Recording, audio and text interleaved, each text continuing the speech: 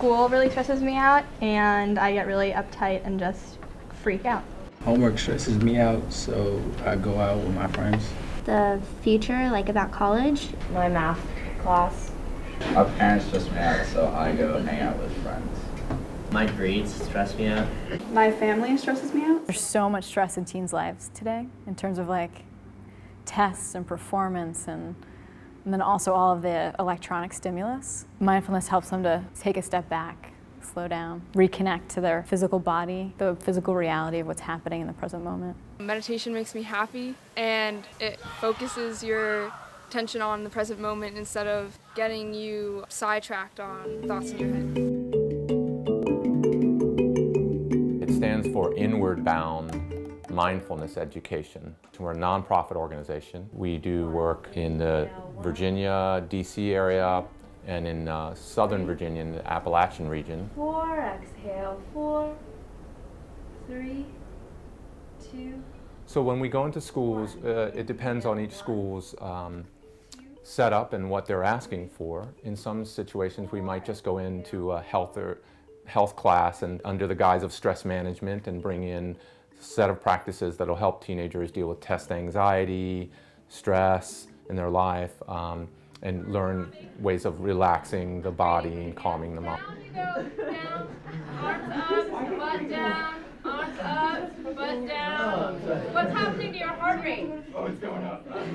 We're going to do it by mixing it up. We're going to engage with some playful ways of connecting with each other and with why would we even want to practice mindfulness? Why is it relevant to you as a teenager? There's actually a lot of overlap around the parts of the brain that are being developed in adolescence and the parts of the brain that are affected by mindfulness. It's the whole prefrontal cortex and the executive function that mindfulness meditation has been shown to improve the abilities of the prefrontal cortex, which then is able to better regulate the amygdala, which is the kind of reptilian part of the brain that is fight or flight, strong emotions, freeze. Exactly the time when teens are starting to develop the ability to deal more effectively with those emotions.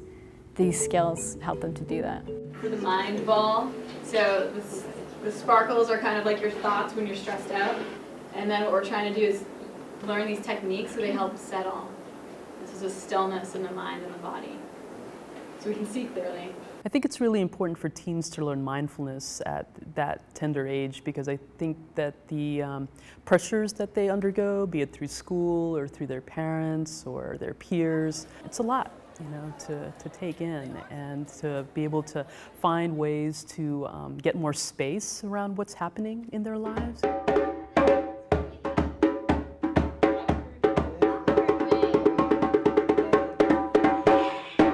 In 2007, we held the first teen retreat in Virginia. That all came together because of a man named Maury Cook. He's a businessman who lost his teenage son in a car accident when his teenage son was 19 years old. During the time of his grieving and the devastation of that loss, a friend of his introduced him to the practice of meditation. So he credits meditation really with saving his life. And so he then had this passion to try to figure out how to share with young people especially. So he found out about these folks out in California who were running teen meditation retreats. And where suffering comes from. Maury Cook, out of his son's memorial fund, went ahead and covered all the expenses to fly this crew of teachers to Virginia and to create this first teen retreat.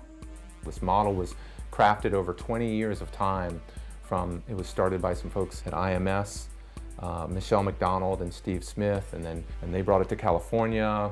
By the time it came to Virginia, it had a lot of that already together. Knowing that their happiness depends on their own actions and not upon our wishes for them. So I actually began meditating as a teenager myself on teen retreats in Massachusetts, the Insight Meditation Society, and that's actually the lineage of where these retreats originally came from. When you go to school in such a high stress environment, it's always like think about your future, think about what colleges you're going to go to, so it's like really good to come here and just be in the present and not have so many worries. I really like getting away from like the hustle and bustle of society and just relaxing. I think giving teenagers this opportunity to have safe, authentic community for that sense of belonging and connection and to develop their inward looking and self-identity nested inside of that. It's like a mental health, another layer of the immune system. It's the mental health immune system. This is my first meditation retreat. I'm looking forward to it. Learning how to calm down more and control my anger. So I want to get those two things. My mind's always caught up in the past or the future, so this will probably be one of the first times that I can actually forget about everything. The day on an iBme retreat is quite full. We wake up at 6:30 in the morning, and we have our first meditation at 7, and we actually are in silence through the morning, through breakfast, so the teens get an experience of a silent meal and eating meditation. Then there's a long period of meditation in the morning, of sitting and walking meditation. And then each day we have small group discussions. Exhale, stepping forward. There's also, in the afternoon, a period of yoga, and then a workshop period where the staff on the retreat can offer art or mindful sports or theater or drumming, dancing. Each evening we have a loving kindness practice, and that's often one of the favorite things for the teens, and the wisdom talk. There's also a fair amount of free time. After each meal they get to hang out and play instruments and joke around. I understand that it's scary and it sounds really weird, but I think you really need to it's one of those things where you just need to plunge yourself in it and you'll be grateful later. I know I go home and tell my friends about it. They're like, you're weird, that's not fun, that's weird. So what happens on these retreats is you get a small number of teens, 20 to 35, show up, and they don't just have to be there to interact and learn from adults.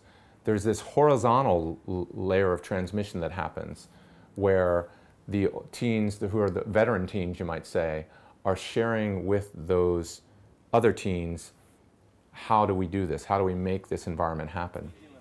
They get a chance to tell their story, to be seen and to be heard for who they really are. And that's where the iBme part of the name came from. It's a place where it's safe enough where I get to be me and you get to be you, and we all together get to create this incredible community. I'm good at hiding my emotions, and I do that a lot, but here I didn't even have to, and I just let myself go. Having the option to do that and to get so real is a really important thing, being a teenager and being able to get to express yourself like that. And so you have this small group that meets twice a day that you get really seen and heard and connected with. And then you come out of that and you go back to the larger group of 35 people, of teens and adults, and to spend that time inside looking and then be able to come out and share that and have it be received, in a mindful way. I never thought I could stop thinking before. When you stop thinking, it's almost like you know more in a weird way, because then you can, I felt so much more clarity. So it's like I stopped thinking, but I know more now. I know how to deal with stress much better, and I know that it's okay to be yourself, and that, there's no such thing as normal. Just be yourself. These kids are actually my teachers in so many ways, and they've so much healed my own inner 14-year-old. So I'm really grateful to be a part of iBme. It's totally changed my life.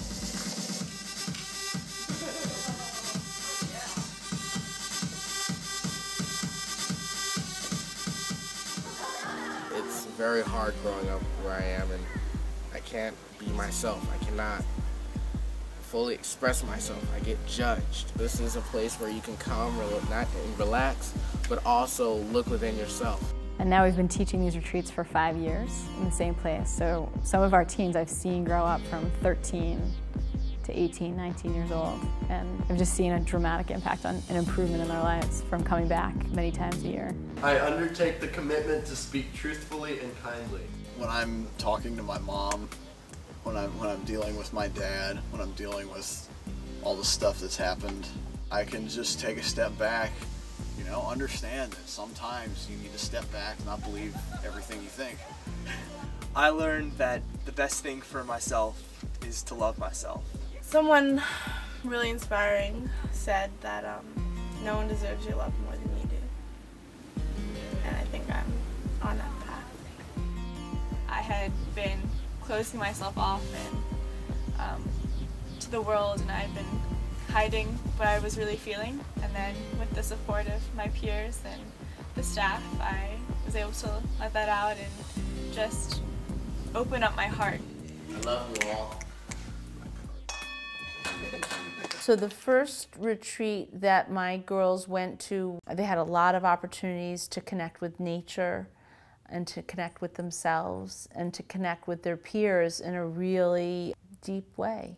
When she came to the retreats and saw the kids and especially the teachers, it's really quite dramatic that she is so energized. There's the neurons that are in the brain, there are the neurons that are surrounding the heart, there are the neurons that are surrounding the gut, and this entire embodied brain, as Daniel Siegel talks about, is what we're helping the teenagers to work with. So they can sit down and do this practice that they know now is nurturing to the calming of the mind, relaxing the body, but also nurturing of the heart and bringing the whole system into coherence.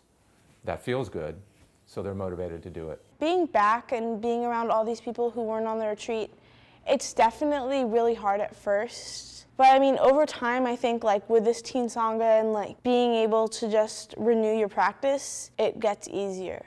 Like it's easier to be around these people and see their unmindful actions, but not necessarily participate in them. When I got back home, it was like I was introducing myself to my friends again. I was like, well, this is who it turns out I am. The first couple of days, I just tried to be by myself.